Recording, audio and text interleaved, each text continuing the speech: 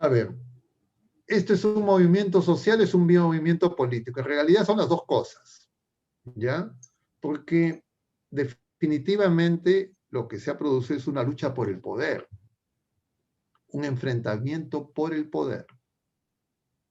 Acá no se ha producido un enfrentamiento por propuestas, digamos, políticas, sino un enfrentamiento de poder porque los gritos eran claramente, me representa o no me representa, ¿ya?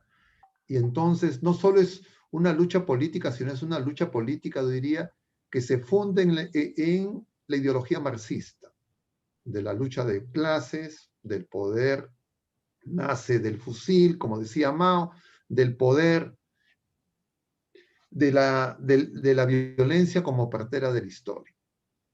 Movimiento social en el sentido de que probablemente muchos de los jóvenes que han participado, algunos son escolares, de 15, 16 años, probablemente la formación política que tengan o la capacidad de análisis que tengan sobre estas cosas es variable, algunos son universitarios, pero lo cierto es que los jóvenes informados por los medios de comunicación no es igual que tener un análisis sereno de la realidad. O sea, hay personas que creen que yo estoy informado porque me sé de memoria lo que dicen los opinólogos de los medios de comunicación.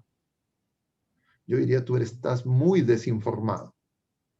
Lo que se necesita es tener una información más amplia, porque los medios de comunicación son absolutamente concentrados y tienen intereses no explicitados.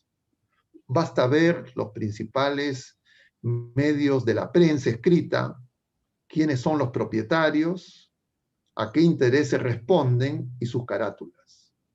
Entonces ustedes ponen las carátulas de los distintos medios de comunicación en todos estos días y uno debería de hacer el ejercicio y decir, ¿esto que están diciendo es cierto o es falso? En el 90% de los casos son mentiras. En el 10% son confusión, medias mentiras. Entonces, uno no se puede formar en la prensa escrita. Y la prensa escrita y la prensa televisiva y radial repite los mismos mensajes. Y en las redes sociales se hace eco de eso mismo. Entonces, engañarnos y decir somos una sociedad informada, civilizada, donde la gente se manifiesta serenamente, sabe y reconocer ciudadanamente sus derechos, etcétera, es algo, claro, se dice para alentar esas respuestas, pero obviamente yo creo que un análisis sereno hace ver que eso no es tan así. Y muchas veces las cosas responden a intereses muy concretos. Es más, en la mayoría de los casos hasta se podrían identificar en cuanto a los intereses locales. Pero también hay intereses externos.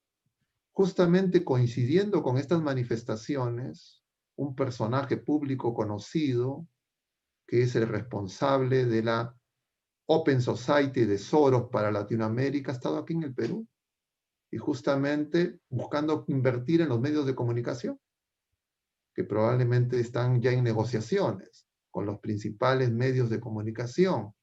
Entonces, creer que esto no tiene injerencia externa, a pesar de la similitud con lo que se ha producido en estas marchas, y además que esto no es nuevo, porque esta tecnología, diríamos, de las protestas, las marchas, etcétera, y cambiar gobiernos, esto se inventó en la Revolución Francesa, sin tener en esos momentos los despliegues tecnológicos que tiene actualmente la tecnología actual. El mismo modelo se siguió en la Revolución Bolchevique y en todos los otros procesos.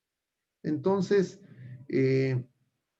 yo diría, ante la pregunta si es que estos son movimientos sociales o políticos, esa diferenciación académica, yo diría, es difícil de hacer en concreto. Lo que podríamos señalar es que hay un poco de ambas, pero lo político es oculto. no se manifiesta. Es lo que otros politicólogos llaman el Estado profundo, que justamente alude a esos poderes económicos globales que están impulsando justamente esos cambios, entre comillas, del reseteo mundial, que no son elegidos por nadie, pero que deciden globalmente quiénes son los que gobiernan y quiénes son los que no gobiernan. Entonces, en la práctica, las democracias actuales occidentales están siendo reemplazadas por modelos, entre comillas, de protectorados, donde en realidad los gobernantes, los políticos, son simplemente actores descartables. Pero claro, se hace el foco de la atención en ellos para que como pararrayos atraigan las iras que se generan ante el malestar social que, entre comillas, diagnostican los medios de comunicación. Pero obviamente en ese casting, diríamos así, de nuestros políticos, los políticos se prestan porque están, pues tienen, digamos, tienen el perfil para que las críticas que se hacen les caigan, ¿no? Entonces, efectivamente, cuando uno analiza persona por persona, muchos de ellos tienen una serie de limitaciones, no solo en el Perú, sino en el mundo entero, pero han sido elegidos.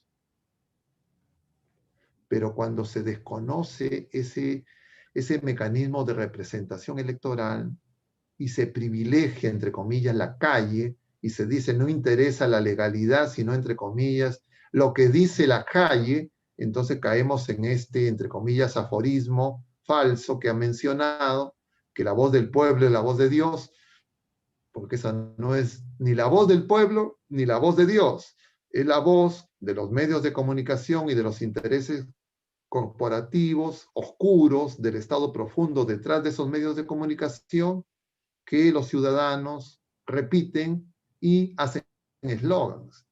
Yo veía y se decía con elogio de que había muchas imprentas que habían repartido afiches gratuitos, etcétera. Y claro, habría que investigar si efectivamente son gratuitos, si efectivamente son tan cívicos o tienen financiamiento. A mí me llamaba la atención cómo en el centro de Lima, en medio de la manifestación pacífica, en las zonas de mayor enfrentamiento directo con las fuerzas policiales, se veía una gran cantidad de piedras. Entonces yo decía, ¿de dónde se han salido esas piedras? Porque por esas zonas de Lima, bueno, yo no paseo hace mucho tiempo por ahí, pero no tengo el registro de que hay piedras. Y personas me mencionaban que muchas de las mochilas que llevaban algunos de los manifestantes probablemente hayan sido usadas para llevar alguno de esos objetos contundentes. Pero lo cierto, más allá de esa crónica policial, lo concreto es que esta voz del pueblo, voz de Dios, que es algo que se acuñó ya, es antiguo, este adiaje es desde los romanos, ¿no? El latino, es falso. Nosotros tenemos que escuchar la voz de Dios. Es Jesucristo. Y está justamente en esos cuatro vivientes que tienen ojos por dentro y ojos por fuera. Y si nosotros no escuchamos a Jesucristo, vamos a andar ciegos, como nos mostraba la lectura del lunes pasado, al borde del camino y pidiendo limosna. O vamos a estar realmente confundidos porque la oscuridad es tan grande, porque los que estamos llamados a hacer luz, también estamos con las lámparas apagadas, porque no hay aceite y porque nos dormimos. Porque en realidad la herejía inmanente, es decir, de privilegiar lo pasajero y no amar a Dios sobre todas las cosas, nos impide discernir sobre el bien y el mal.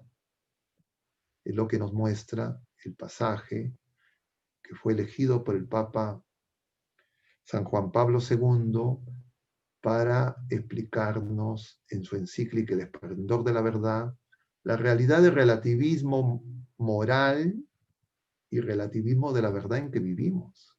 entonces todo se hace opinión.